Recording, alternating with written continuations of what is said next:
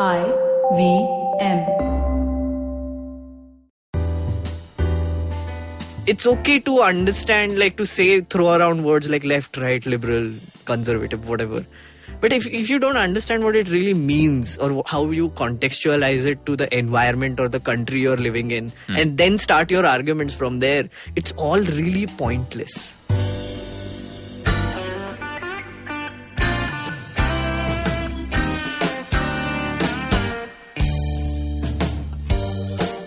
My guest today is a piece of work. I mean that in the most fascinating way.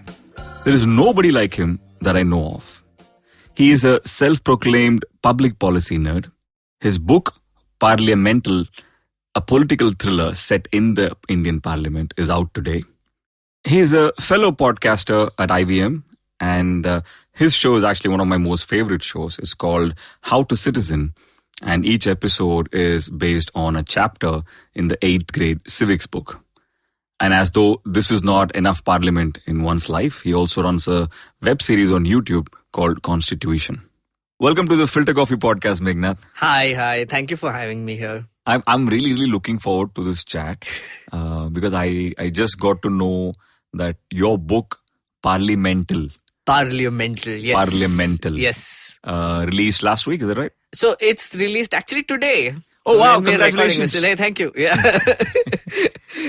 It's out in stores today. So Okay. yeah. Oh, that's brilliant. Yeah. And I'm told it's a political thriller, It's a political satire. but a thriller. Not really. Okay. No, it's not. Tell us more. So basically, it's a story of two characters, mainly two characters who are from Nagpur. One is a guy who runs a CA coaching academy, basically a factory that creates CAs, run by CAs. So good business. And Always. Evergreen. Yeah, absolutely. And he randomly gets a ticket because he's a upstanding member of society, etc. And then he wins. Is that a regular thing? Because like most people vote for either the party symbol or they vote for the main party leader. Right. Because of their charisma or because of their pull. Right. So a lot of people end up in parliament who just win by that logic, who have basically, they are good people, like they do campaign and all.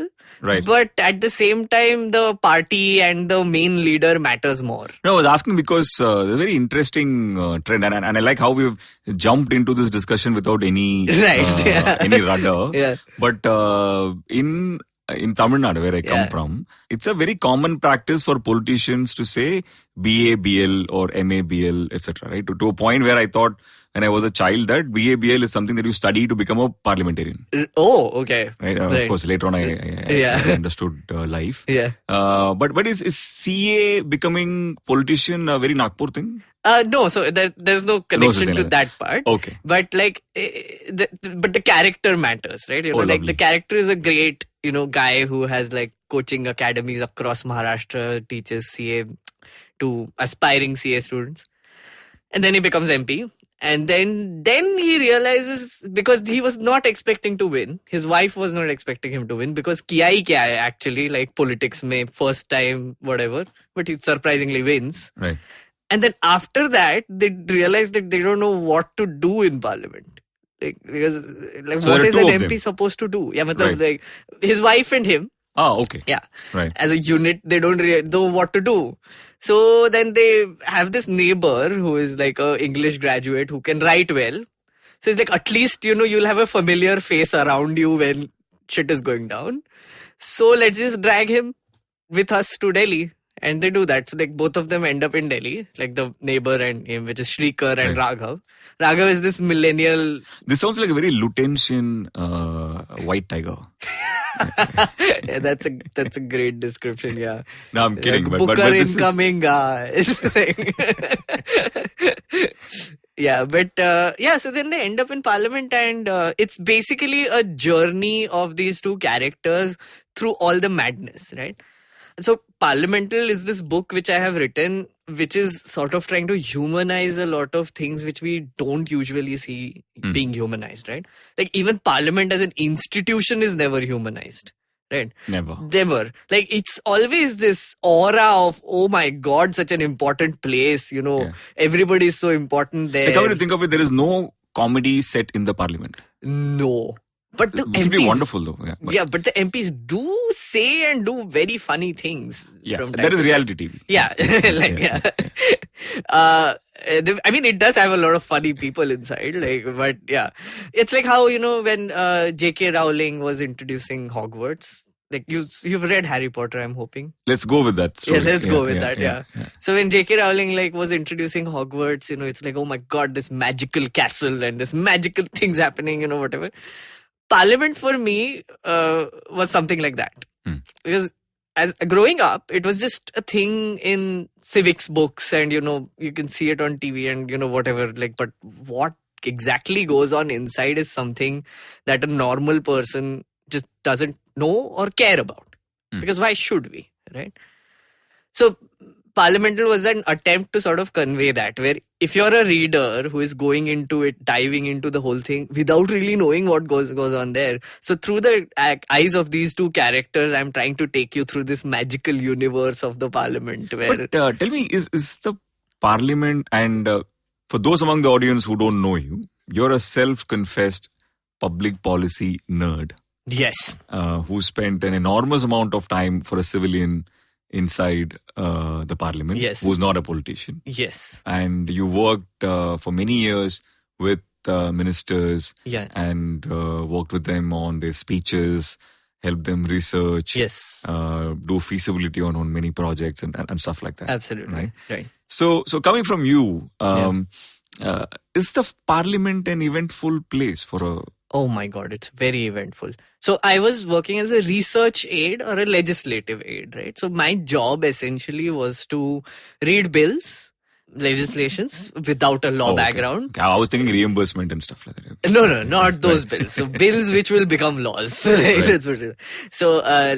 my job was to read those drafts and then tell MPs about whether they are good or they are bad, or whatever, or give both sides of the coin, and then they have to take a decision on what to do, and then I'll help them write the speech on it. So then that was basically my job, right? And then later in my life, after I got better at this, I also started managing their brand, as in so because I was thinking that, hey, why shouldn't MPs be branded through Parliament? Right. So I helped a few MPs create a brand inside Parliament so that they could have a bigger view, their speeches will be carried forward more, their ideas can be conveyed proper. So when making YouTube videos, for instance, content creators always have this, attention span is 2 minutes 22 seconds, right? So we say all the important things in a speech in 2 minutes 22 seconds. So I did a lot of random things around that, around Parliament. This sounds like the bald guy in House of Cards. You have any experience pushing anybody over the no, I railway platform? No, I'm not Frank Underwood. Right. No, that's extreme. No, but yeah, so after Parliament, it is eventful for a lot of reasons, right? Because if you think of Parliament as a microcosm of India, you can realize how chaotic it can be, right? Because there are literally representatives from every single part of the country with their own lived experiences, with different professions, with speaking their own languages, and having their own, groupies going around Parliament, or, as band members or whatever. And there they are getting into this one place for a 1.5 months, a straight 1.5 months, and spending time together. It's almost like a campus, right? It is you're exactly there for a limited period of time. It is like a college campus where there is a central hall where people chill, and there is cappuccino coming to them, and they're taking selfies in the central hall. I'm sure there's a mess tweeting somewhere there. Yeah, absolutely. Right. Subsidized food everywhere, and excellent, just facilities in general. Right. And you can attend class, which is the session, and then take notes and do all of that. There's a timetable also, which is the list of business wow. that comes every morning. Of course. And yes. there is, of course, your head teacher also who is telling you to sit down and shut the up and do a lot of things. So now that you're going to listen to that. Yeah. But on a serious note, as you go through this story, Meghnad, I can't help but feel extremely jealous. Yeah. In a very serious way, right? I think it's a great privilege to watch the functioning of a government. Right. Well, most of the citizens, right. Probably their visibility extends only till the election. Yeah. And probably not beyond that. Right? No, but it is. I do feel very privileged, and getting into it, I had no idea. But now that when I'm looking back, or the fact that I have gained this very unique skill set, which a lot of people don't have, right? Which is, I can watch Parliament all day. Right. And I can get like 10 stories out of it for journalists to cover. You binge watch Lok Sabha TV? Yeah, I binge watch Lok Sabha TV and Rajya Sabha TV on a daily basis. Like even when session is going on, it's like in one corner, I'm just listening to it and watching it constantly. And whenever something important pops up, I just like, this is happening, that is happening, whatever. But It's very interesting how, for instance, like people see Parliament as a very, I feel like they see it as a very confusing, intimidating place, right? Yeah. It is, and it is intimidating. When as a normal person, when you're watching, let's say Lok Sabha TV, you will not understand what is going on. Because, for instance, you have to know there are question hours in the first hour of the day where you get to question the government, right? Then there is a 0 hour where you can bring up matters of urgent public importance. Then there are bills that come up where you have to know the background of each bill. But how do you look up that bill? And how do you understand what is going on, right? And then you have to follow those speeches. Then you have to understand that the first person who is speaking, how much time they got because of the number of seats they have. And then it goes on and on and on. And then each MP or the party will represent a different view from the other one. Right. Then there are amendments. Then there is voting. Then there is passing. Then the same thing happens in the upper house. Then it goes to the president. Wait, hang on. Before we go any further. Yeah. Right. What are some of the most mind-blowing moments, over the years? Right. Like, as you started, I'm assuming there must have been initially a few overwhelming moments even for you before you sort of figured it out. Because were you prepared for this? Did you? No. Yeah. I wasn't. I come from Nagpur, and I used to study CA, but I quit because I was really bad at it. But I had no idea what to do, and I got this fellowship called Legislative Assistants to Members of Parliament, where simply put, you're put for a year with a random MP to work with them as a legislative aide. So I started doing that in 2011, and then ever since then, I just switched one MP from the other, and I continued doing that. And in the process, I ended. This is which year? This was 2011 was when I started. Okay, this is the UPA 2. Yeah, UPA 2. And that was like right when the Anna Hazare movement was beginning. Oh, wow. So it was like quite eventful. So those eventful days I've seen. And then the Modi winning, and then Modi winning the second time also I'm seeing.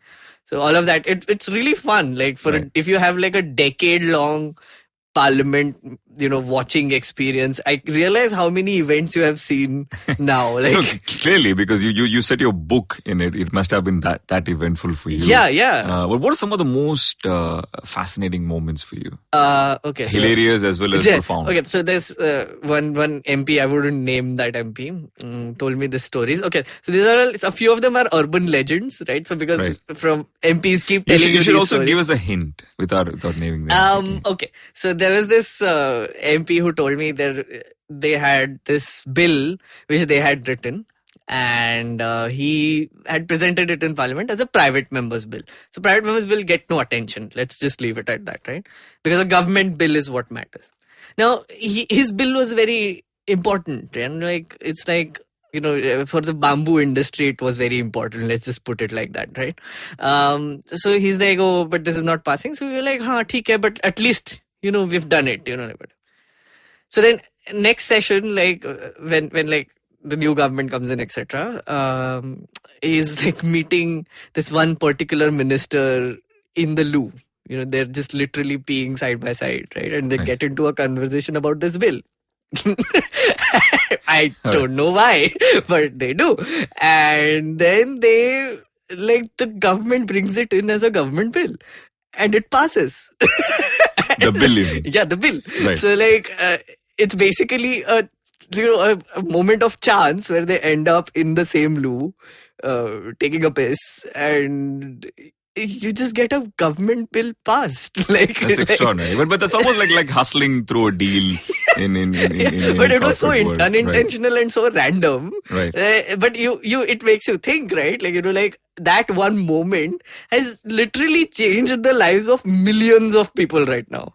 Right. It was a good bill, and it literally helped the bamboo industry. But if that one chance encounter might not have happened. Yeah. I don't know at this point if bamboo is a metaphor, but I'm just going to let it slip. But tell me, on the other end of this, right? There must have been equally profound moments as well. Yeah. Okay, so I can tell you the time that my first encounter with Prime Minister Modi. Okay. Oh, wow. Yeah, okay. And encounter was literally the word I'm using because nothing really happened. I was walking down, just like Parliament. I was just going around. Like, so it's a circular building. So the outside corridors is where he walks. I was going towards my office, the party office. And like a typical millennial, I was on my phone while walking. And I was like, oh, this is happening, that is happening. And then suddenly I bump into someone, right? And there's this crowd of people, like black suited, like the bodyguards. Right. And right in the middle is Modi, right? He's just standing there.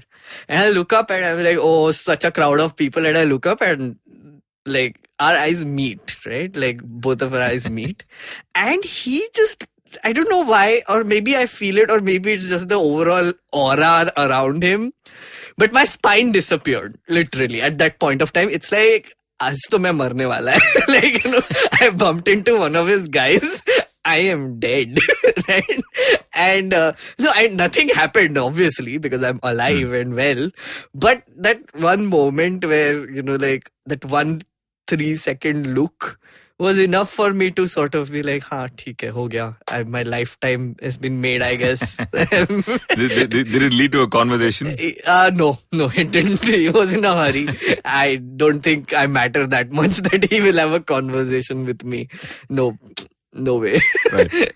But the parliament, like you said, is also, the way I look at politicians, right? I think there is no bigger entrepreneurial journey than being in public life, fighting an election, winning. You're entirely by yourself. Yeah. And you're not even doing this, at least most people are not doing this from a wealth creation or investment perspective, right? You're doing this from a different kind of a calling. Right.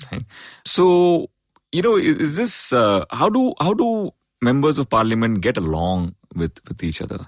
It's really interesting though, like, because so I've always described Parliament, and whenever I talk to people about Parliament and they're like, hey, what is it like? I always describe it like a stage, like a stage where actors are coming and performing, right? And there is nothing wrong with that performance because the actor, who is the MP, is trying to get attention to themselves so that their people get heard. So that their problems are also heard, right? So everybody is trying to stand out constantly in whatever way possible, right?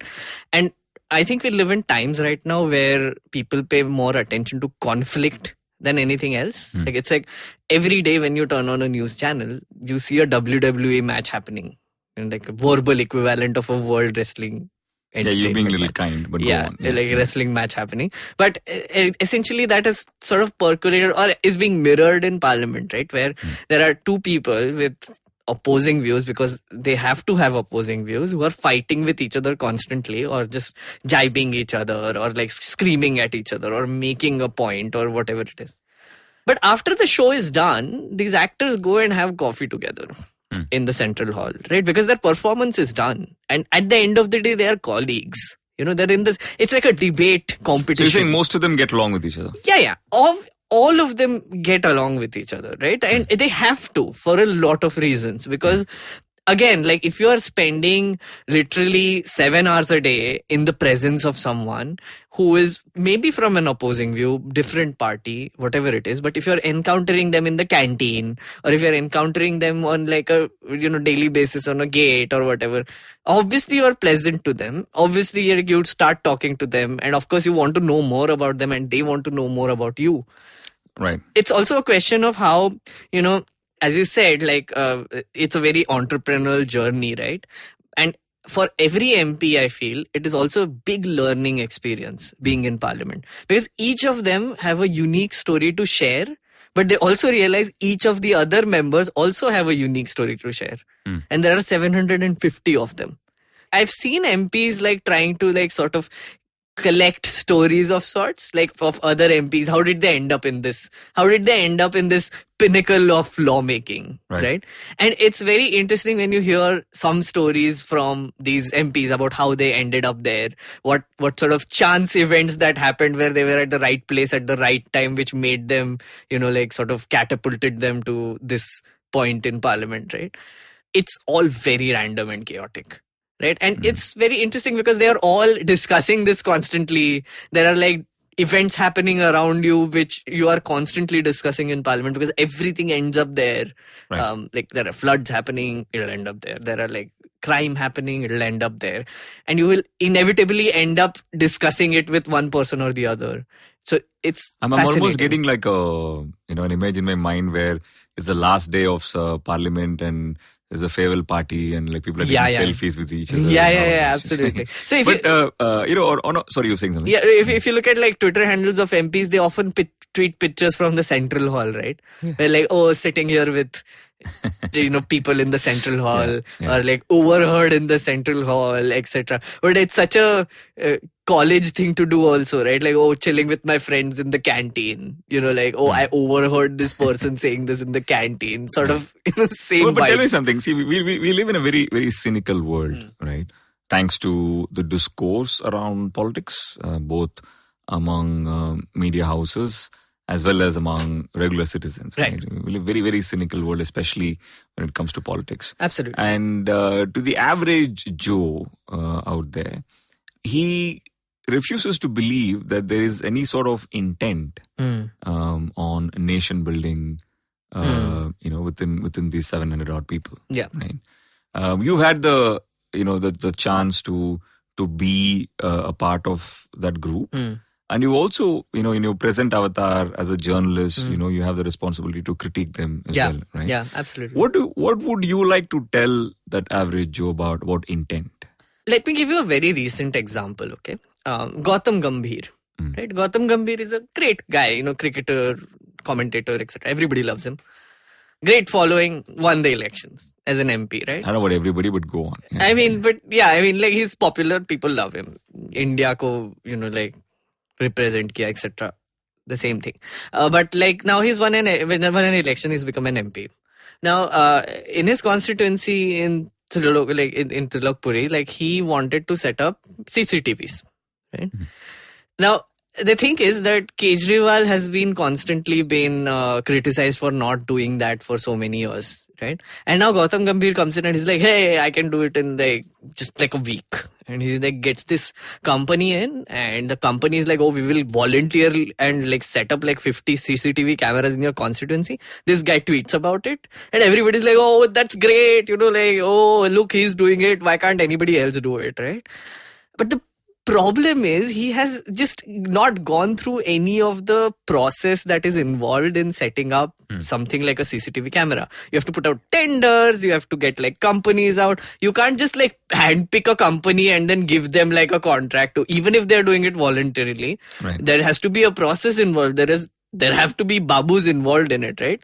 Bureaucratic processes are there for a reason.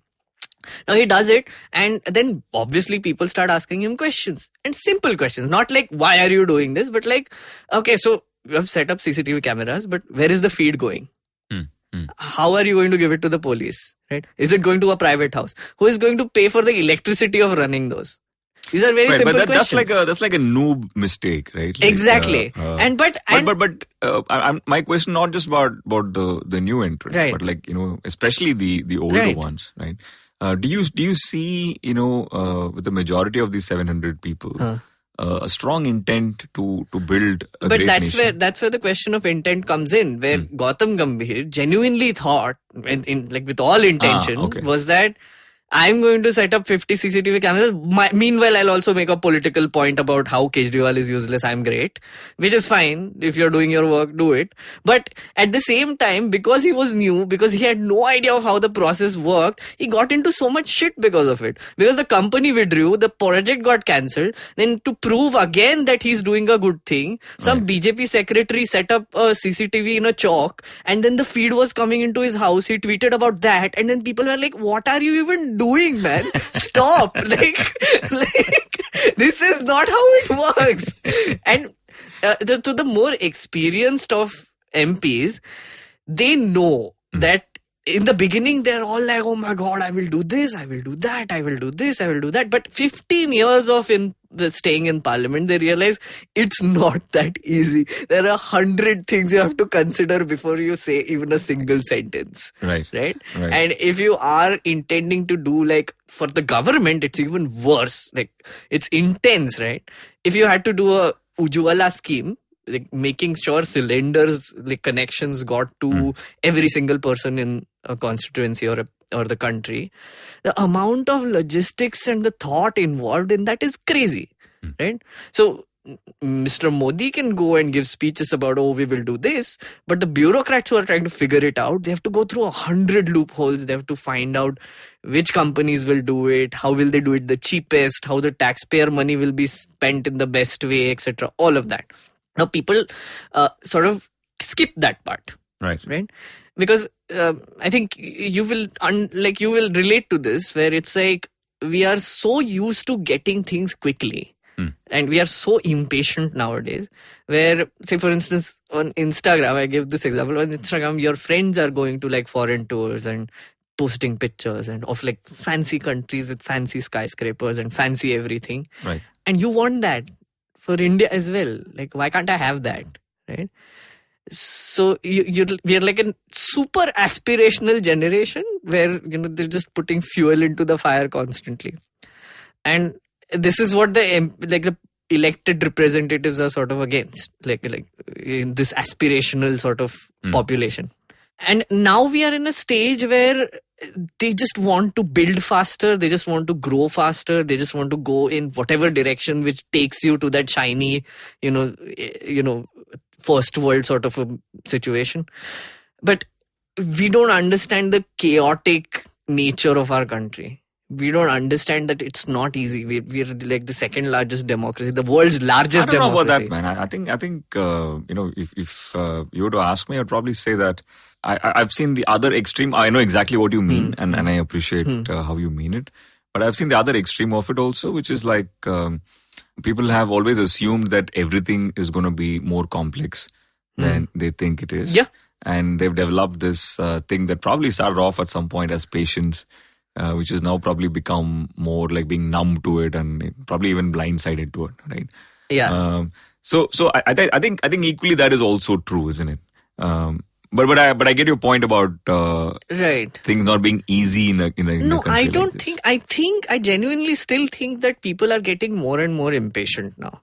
Like I genuinely think that, because even if you look at my parents' generation or whatever, you would think that as they grow older, they grow more patient and they're like, we have lived our lives and, we will now like to retire and settle and whatever. But if you read their messages, or if you look at their thoughts, or if you just have a conversation with them over dinner, it's like even now they are like extremely impatient about things. Like, I mean, this is like, just like stereotyping a little bit here, but as you grow older, this is what I used to believe, as you grow older, you become calmer as a person, as a human being, where you're like more understanding because of your experience, because of all the things you have collected over time. So you're in your 60s now and you're like, oh, now we're going to retire, the kids will do their own thing, etc. That is the image I have in my head. Right. But I see like my parents and their, like generation of people even more impatient than my generation of people nowadays. like to get things, or to like get things for their children or whatever it is, or for themselves, or like just being disappointed with the whole thing or whatever it is. No, fair point. On that logic of growing older and becoming calmer, which probably doesn't apply to probably Ram Gopal Verma. Exactly. Among other people. Exactly. We'll take a very, very quick break on the Filter Koffee Podcast and we'll be right back.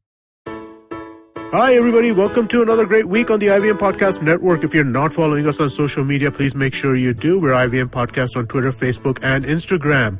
On our social media, one of the things we do is if you send us a screenshot of what you're listening to, we will repost it on our social network so that people can see that what people are listening to. Put us some comments and we'll respond to them. Also want to let people know that we're still hiring. We're looking for producers, content creators, audio engineers, developers, designers, and business roles, and basically all kinds of other things. Go to the careers page on ivmpodcast.com or send us an email at careers@indusvox.com.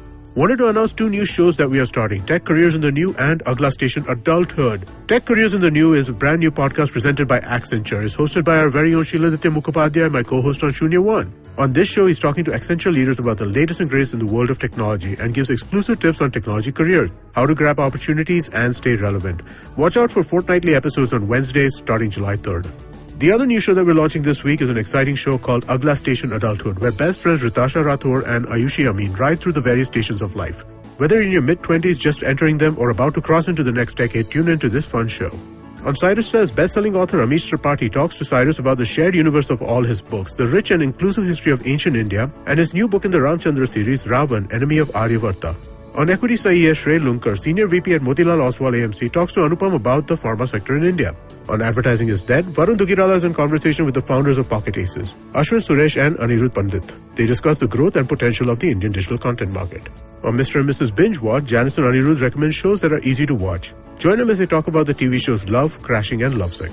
On the 25th episode of Golgappa, Tripti is joined by film director Vikram Fadnis. He talks about how he started his journey from being a fashion designer to becoming a movie director and his upcoming Marathi movie Smile Please. Also, our host Tripti plays an important part in this movie. On Not Just Dansak, Parzen talks to Chef Viraf Patel about Parsi fusion food. They discuss innovation versus traditional food in the Parsi food circles. On Pulyabazi, Pranay and Saurabh talk with investor and trader Harsh Vora to better understand the tussle between the Reserve Bank of India and the Indian government. And with that, let's continue with your show.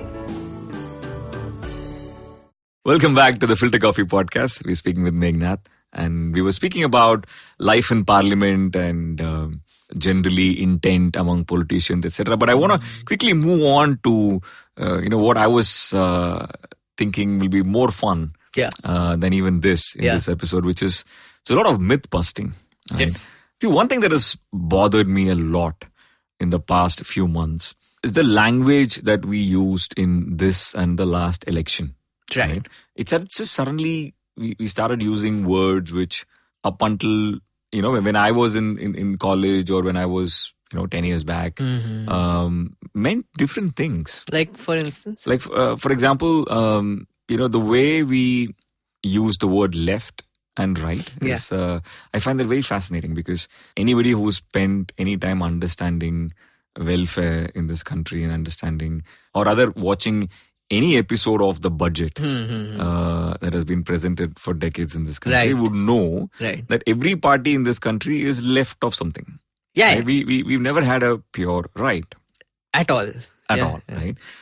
We can't talk about right wing and talk about, for example, Manrega and farmer loan waivers in the same sentence. Yeah. Right? But still we have this identity, like there is a left and there is a right. And what do you make of that? I think it's all made up to a large extent, because I was just I just gave a lecture last week in ISB, right, where these like bunch of business folks, MBA aspiring, whatever, and someone asked me this very same question about we have a right leaning, we are a right leaning cohort, and there are a lot of left leaning people, etc. So how do you look at it? And I actually said that, do you really think anyone in our parliament today is right-leaning in the right sense, right? Because at the same time, I was telling them that this concept of left and right came from the French Revolution, right?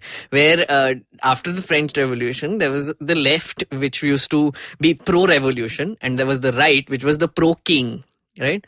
It's such an outdated concept I mean, the general, maybe, the Western philosophies, the political theory that it is based on, maybe it began from there. But it does not apply here at all. Right? Because if you think about it, if you apply the same rules of left and right, maybe during independence, there would be the left, which is pro, revolution again, which is the independence struggle. And there would be the right, which would be maybe pro-British, right? Then how do you figure that out, right? Because nowadays, if you ask anyone, nobody was pro-British. Yeah. Everybody wanted independence. What are you even saying? So in this context, I genuinely feel that in India, this whole left and right thing is being perpetuated by maybe people who want to see India in the same lens as the Western world. Seems like that, right? Yeah. A discourse seems like that. The debates seem like that. Right. And let me ask you one question, okay? Yeah. Name one genuine political thinker in India since independence. Tell me one. When you say political thinker, do I include who came up politicians? with new concepts like democracy or how government should be run or whatever? Right. I mean, I don't know. That I think my best answer would be Narasimha Rao. Narasimha Rao. Okay, why? He seemed to have. Beyond the liberalization right. and everything else, my memory is not crystal. Right. But he seemed to have come at a stage where there was a lot of turbulence economically, politically. Makes He had sense. just lost someone. Yeah. And then he seemed to have scripted it fairly well. Almost like a wrong week to say this, but Dhoni coming in and stabilizing an innings and winning a match for India. Right. So he seemed that sort of a guy who had his head above everything else. Right. I think, the only political philosopher in the real sense was Gandhi. Right. Because he was the one who was sort of questioning just the way humans are sort of governed. Right. Like he wrote Hind Swaraj and he had his concept of Swaraj and, basically self-sustenance and the models, etc. But I think genuinely he was the only one who was having some sort of unique thinking and understanding what India is and then trying to apply it. Right. And his only thing was decentralize. Give his views were problematic. I'm not saying he was the god of everything. He's a distributed architecture guy. He was. Yeah. But after that, I genuinely everybody has sort of people have critiqued Gandhi, they have talked about Gandhi's philosophies, etc. But now I just feel 150 years, this is 150 years of Gandhi's birth. He's just a hollow figure now, where it's just father of nation. His glasses are on our notes now, which is using to promote a scheme. That is it. I don't know, man. I actually probably disagree with both the points. Right. I feel there's a lot of, I don't know if you call social reform, as political thinking. I would. Right. We have a lot of people in many states, across the board, in South, in West, and East. Okay, I'll just give you one example of this and why I think it's really important to sort of talk about political theories, right? Secularism, right? Where the hell did that come from? Exactly. So secularism is this concept of separation of church and state, right? And everyone who is arguing today online, wherever it is like, oh yeah, separation of church and state, right? So secularism was this particular word was put in by Indira Gandhi in our constitution, right? During the emergency, post-emergency, etc. But the intention of putting it, because it's not defined anywhere, courts interpret it, but it's not particularly defined what it means. Now, if you separate church and state in India, it would mean that you will not be able to stop something like triple talaq. You will not be able to stop something like sati. Right, you would expect internal reform to happen within the religion, where they will see sense and they will stop it. Or you can just egg them on or whatever. But in India, the state has the power to interfere in religion to make all religion equal before the eyes of the law, right? Which is basically the point that their job, the government's job here, is to interfere so that nothing wrong is happening within the confines of your religion as well. That is in no way separation of church and state, right? So why are we still calling it secularism? I think the word is used in a completely different context. Absolutely. Right? Like, why is it that nobody came up with a new word? Yeah. Like, think about it that way. I mean, like, if it's like, it's not from what I described, it doesn't sound like secularism as the Western world thinks of it, then why didn't we come up with a word? Why haven't we coined a new word? But I think somewhere the nomenclature has probably been wrong. Yeah. Some of how people mean it supersedes words, right? Words of minimal value. I'll give you an example. Like, for example, correct me if I'm wrong, but the Constitution defines this country as a socialist republic. Yeah. Right? Which then should rest all arguments on economically left, right, and all of that. Right? Though, of course, people give it another twist saying the religious left and the religious right. I don't even know what that actually means. Yeah. Right? But I think, and similarly to the word secular, but beyond the terminology, I think we have created these new implications, which seem to be fairly permanent in nature. I don't see them going away anytime soon. I genuinely believe that, people should be taught more about, I mean, I get it, like the word shouldn't matter, but what is behind it or what it stands for should matter. Right. But when it comes to like argument and discourse, right, because all of this is always built on argument and discourse. Like Parliament, that is what it's all about. It's about arguments. It's about fighting with ideas and then coming up with better ones, discarding the bad ones, coming up with better ones. Like, for instance, one fun fact, in Parliament or in the assemblies, whatever you say is fine, because the courts can't act on you. You can swear and stuff. But that's unparliamentary, so it will not go on record, right? So it will not be recorded. I mean, you can swear, but obviously the speaker will be like, what is this unparliamentary language? Shut up, whatever, and it will not go on record. But the courts can't take action against you for allegations you make, for whatever you say or whatever you say. And there's a reason for that, right? And the reason is that the moment you have no filters, there are no legal filters on you, you are allowed to express bad ideas and good ideas in parliamentary language, but both ways, right? And the bad ones will be discarded unanimously. Maybe like people will see sense of it, or they will have to argue, counter argue, etc. Now, when you have arguments and discourse around the basic constitutional values, for instance, right? Now, if you have a argument on, say, secularism, right? Now, that is where my essential point comes in, where the people who are in Parliament are like you and me, right? Which is again through in my book also. This is what I'm trying to convey, that just human beings ending up in Parliament and then learning constantly about what even the basic constitution means is their job, and then using it to argue in Parliament is also their job, right? Which is a process. But unless someone is there or they put in that effort to actually understand, Indian secularism is different than the US secularism, they will not know. They will just end up sloganeering. They will just say, seculars, which is extremely dangerous, isn't it? Exactly. Like, for instance, libtard. This, you must have heard this term, or liberando or whatever, right? Or secularities or whatever. These have become curse words now. Or prostitutes. So if you say you're a liberal, the other person might genuinely think you don't deserve to live or something. Or you don't deserve to exist because you're stupid. Thinks so. My dad thinks so. Exactly. But they don't bother to even understand what a liberal is. Even the person saying I'm a liberal might not understand what liberal is. Right? And that is where my whole point comes in, where, it's okay to understand, like to say, throw around words like left, right, liberal, conservative, whatever.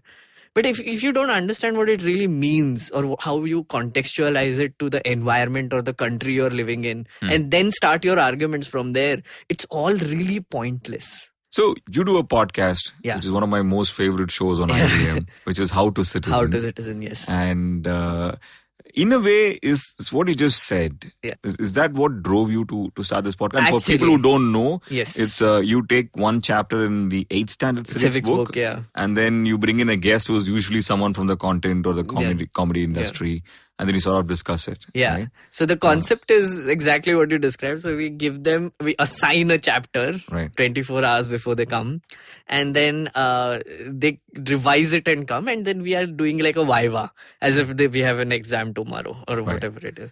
So we are sitting in school and we are like just friends chilling and talking about, say, chapter 3, why do we even need a parliament? Right. Because that is literally the title of the chapter, right? And so we did 10 episodes, which is 10 chapters with like Kunal Kamra, Rohan Joshi, Ashish Shakya was there, Prashasti Singh, Rohini Ramanathan. So a bunch of people. It was absolutely fabulous. And when is the next season coming? So we're working on the next season now because a lot of people have been asking. I'm announcing it on your podcast. First year ever that we are working on. First. We are working on season 2 of How to Citizen. So this is going to be class 9th? I will reveal that later because it's a surprise. It's a suspense element. It's a surprise. But we are trying to line up some really fun guests this time, which will make it really difficult for us, but it'll be fun. So I have 2 questions for you. One is, you obviously watch the Parliament like the rest of us watch the World Cup. Right. Who are you looking forward to the most in this lineup? Give us 3. Lineup as in the MPs who we should watch out for? Yeah. Which you are looking out for. I think so now, like, because it's new Parliament now, I'm really recently a speech was given by Mohua Moitra, who is excellent. Like, I think I'm going to watch her like a hawk now, of course, because she's so clear about her ideas, which is very nice to see. And then there is my all-time favorite N.K. Premchandran, who is a unknown MP from Kerala, who is such a great guy. He's like one-man army. He's one person from a singular seat called Revolutionary Socialist Party. And he fights his way through everything. He participates in every debate. He opposes every bill he thinks is wrong. He submits private members' bills like crazy. He's just fabulous. There's intent. Yeah, there is intent. There is absolute intent. Then I think there are a few other names. Derek O'Brien would be worth watching in Rajya Sabha. I think I've seen him like sort of throughout the process of coming into Parliament and whatever. But now he is sort of fabulously like making speeches which are like bang on, and like I'm watching him as well. From the BJP, actually, I want to see what Nirmala Sitharaman does. Yes. She's the new finance minister, and I think she's a great speaker. She argues well, and I think as a finance minister, because we're in like some troubled times right now, it would be interesting to see what she does. I genuinely think she will be good. I mean, I think that I didn't like Mr. Arun Jaitley much. He's very wily. Safe thing to say these days. Yeah. And I think Nirmala Sitharaman might do a better job. Might. A few more. I'm going to have you sign the release form as quickly as possible because we're not very far from GK. Yeah. There'll be more, like coming in the coming. But tell me, days. who's your Hall of Fame? Like, what was the golden year of parliamenting? I think the Constituent Assembly debates then. Because so I have read sections of it. Obviously, I can't read the whole thing. Have you seen this series called Samvidhan? So it was produced by Rajya Sabha TV and directed by Shyam Benegal, and surprisingly enough, hosted by Swara Bhaskar. And it's a fabulous show. Like, I used to, and it was airing and I was watching it. Like, I would wait 11 o'clock Sunday. It was like Mahabharat for me. Was it a show set in the Parliament? Yeah, it was a dramatized version of the Constituent Assembly debates and how the constitution is formed. Oh, wow. Right? And it's a beautifully done show. And so I've read sections of it during my research as well.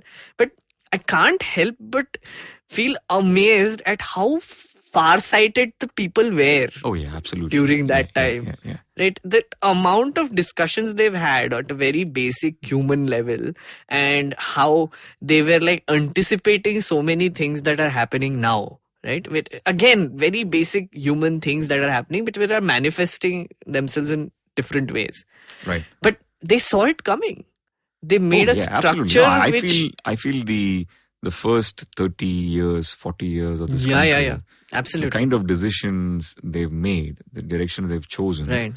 What some of the economic decisions we make today, and we belabor over it so much, they pale in comparison. For Absolutely. me, right? Absolutely. And the absolute clarity they had, Absolutely. and the intent again, Right. which is brilliant. Right? And I would say that it's the way I look at it is that when we got independence, the British left.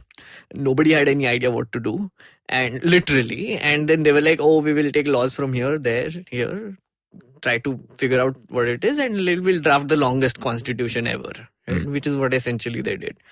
Sure, they were like talking about some very important things, language, all of these things which are very Indian in nature, right? Of course. And they tried to deal with it, like religion, like which is core, whatever.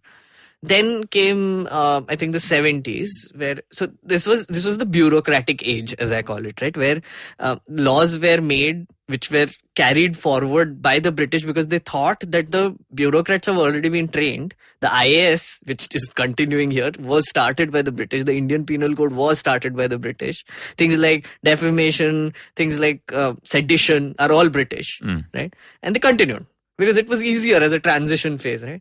So we were in a bureaucratic age from the 50s till the 75 odd when the emergency came, right? Now, after the emergency came, they realized that something is off. Right. We have to do something about it because president at the end of the day is the biggest bureaucrat, right? So then the court stepped in.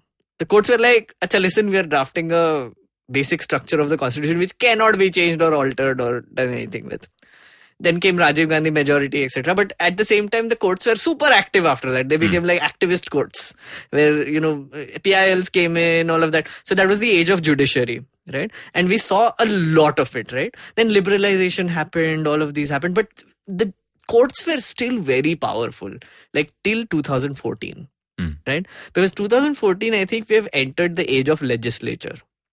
Right, where I think in a very real sense now, when you talk about these three pillars, right, fighting with each other constantly, there's the bureaucrat, the executive pillar, the judicial pillar. They've had their time, right, and they were like up, down, it happens. Right. But now it's the time of the legislature, where it's now this overarching body or the pillar that is trying to contain the other two, right? And I think when Narendra Modi came in, with this such a big mandate and started passing laws, the parliament started functioning in a certain way, bulldozing laws through, all of that. The courts have become more or less powerful. You can see it happening. And because it is happening because they pass money bills and Rajya Sabha has no say. The courts can't do anything. They pass Aadhaar, they cancel it, but then they're bringing in more laws. Courts can't do anything. They pass ordinances without parliament approval. They reissue ordinances. The court said don't do it, but they continue to do it and the courts can't do anything about it, right? Yeah. So we are in the real sense, the parliament or the government is now the supreme, the pillar, which is sort of controlling and dictating everything. So we live in like fascinating times right now in our democracy. And scary.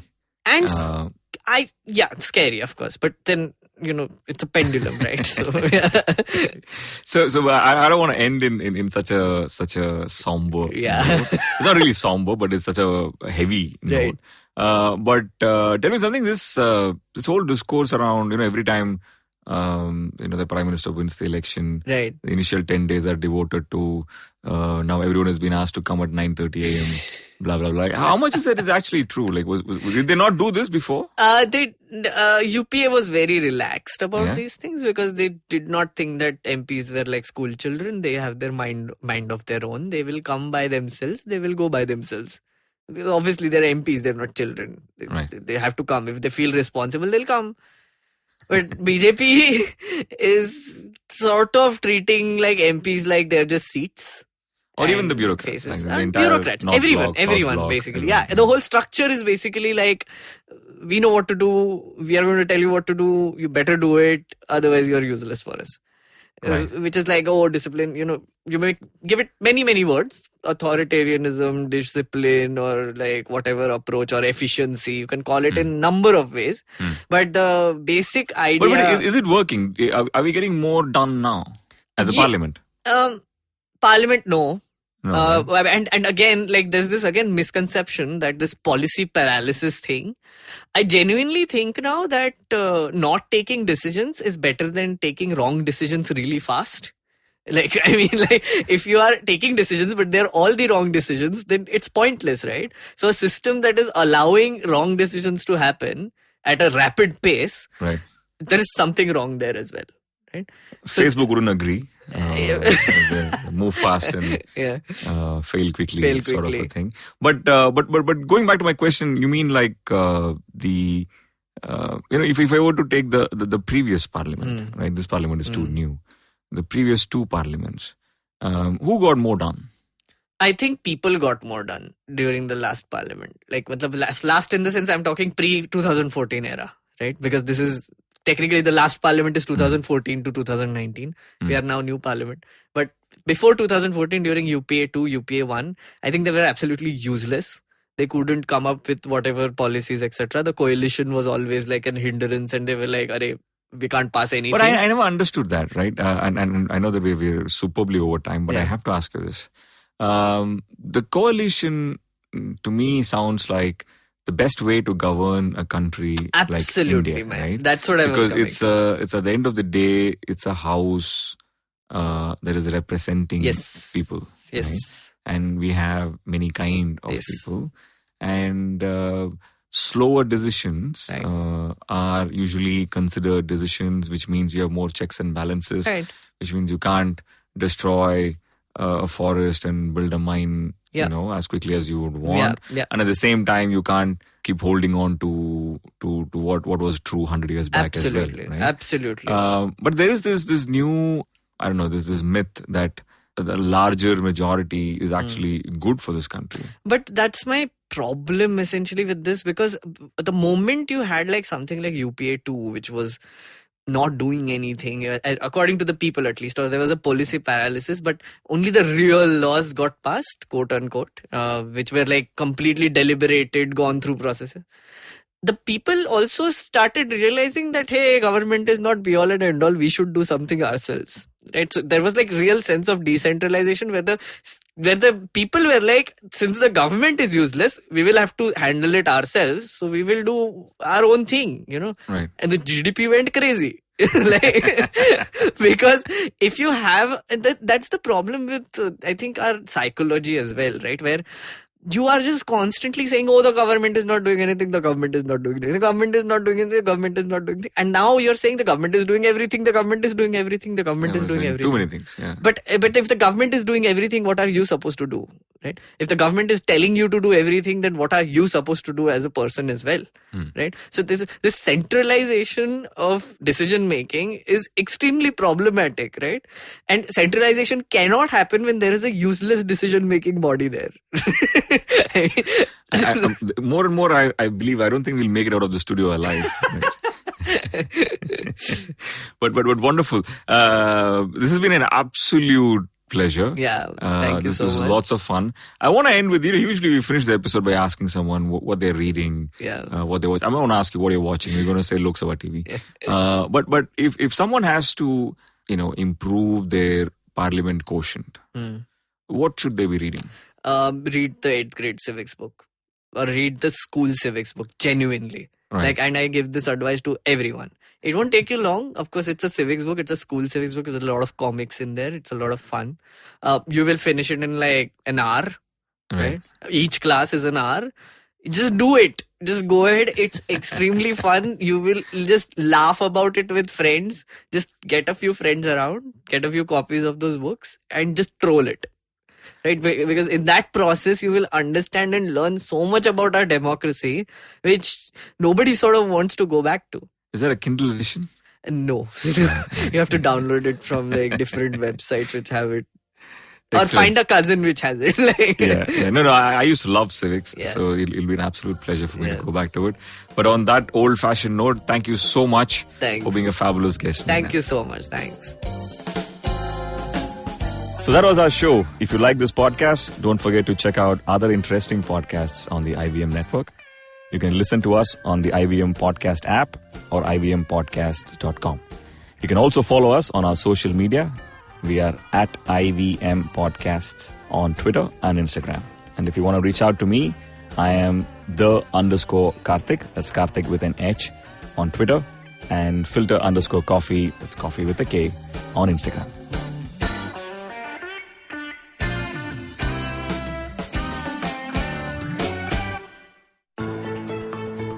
How aware do you think you are of your laws and rights? Do you look up to laws when you are caught up in situations? Do you know what your rights are when you're stuck somewhere bad? Well, here's a show that can help you move an inch closer to being aware of what your rights are. Tune into Know Your Qanoon with me, Amber Rana. This is a podcast meant to answer all your law-related queries. Catch Know Your Qanoon every week on the IVM website or the app or anywhere you get your podcast from. Family businesses get a bad rap. At one time, they were looked down on for getting rich, for being too ambitious. Today, they're still looked down on, but for not being ambitious enough. Not agile enough, not modern enough, too traditional in their mindset. The biggest brands and business houses in the country started out as humble family businesses. It's the way India has done business. Join Sonu Bhasin in conversation with stalwarts of Indian family businesses on the Inheritors podcast series by Bloomberg Quint. Discuss the highs and lows, the needs and pressure points of building a business legacy that spans generations.